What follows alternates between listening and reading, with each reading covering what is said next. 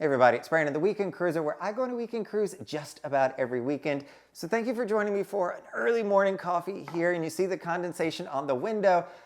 It is early, but I have a lot of conflicting emotions on this topic, and so I wanted to share them and get this kind of off my chest, if you will. So Royal Caribbean has decided that their crew members deserve a raise, that they need to make more money.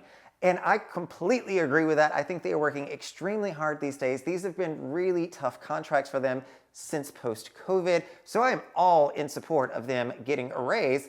But the way that they're doing that is they are increasing the automatic gratuities that you and myself pay when we board a cruise ship. Now, I'm going to share a lot of my conflicting information a little bit later, and hopefully I don't overshare, but let me get into the details of the actual changes for those people who don't really want to hear my personal opinion. So to start off with, if you are going to be sailing starting on September 7th in a traditional room, this means junior suite and below. So think of your interior ocean view balcony, junior suite. Even if you're doing a Central Park or boardwalk balcony, you are going to be increased from $14.50, where it is today, per day per guest, up to $16. Now that is a 10% increase that you can expect to see in your daily gratuities per person. If you are staying in a suite, so think Grand Suite, Owner Suite, Royal Loft Suite, Crown Loft Suite, Aqua Suite, all of those, you're going to be going from $17.50 up to $18.50, so only about a 5.5% increase for the suite level guest. Now, if you are going on a 7-night cruise, how much does that actually play out to be? So if it's a 7-night cruise for 2 people, you're looking at about $21. If you are a family of 4, it's going to come out to be about $42 because it is per guest per day. And regardless of the age of the person that is going on the sailing, they have to pay with Royal Caribbean the automatic gratuities. However, you don't actually have to pay this increase in automatic gratuities. Now listen up. So if you booked before, this is my alarm clock going off. Clearly I am early. So if you booked before September 7th, you have the option to prepay and lock in the lower gratuity amount. So again, if you booked before September 7th, so you still have a few days to book those cruises if you want to make sure you're locking in your gratuities, you can lock in and prepay at the lower rate. Starting on September 7th and after, any cruise that you book will automatically have to pay the increase in automatic gratuities. So right now, even if you are not sailing until, let's say, November of 2023, if you've already booked that prior to September 7th, you can prepay and lock in those rates. You can do this by getting up with your travel agent, who would be glad to apply the prepaid gratuities to your account. Or you can call Royal Caribbean directly if you are not working with a travel agent to make that happen. However, there is no online option to prepay gratuities, something I have not understood. Once you book the cruise, if you don't do prepaid gratuities at that moment, you cannot go back online and click a box that says, I want to prepay my gratuities.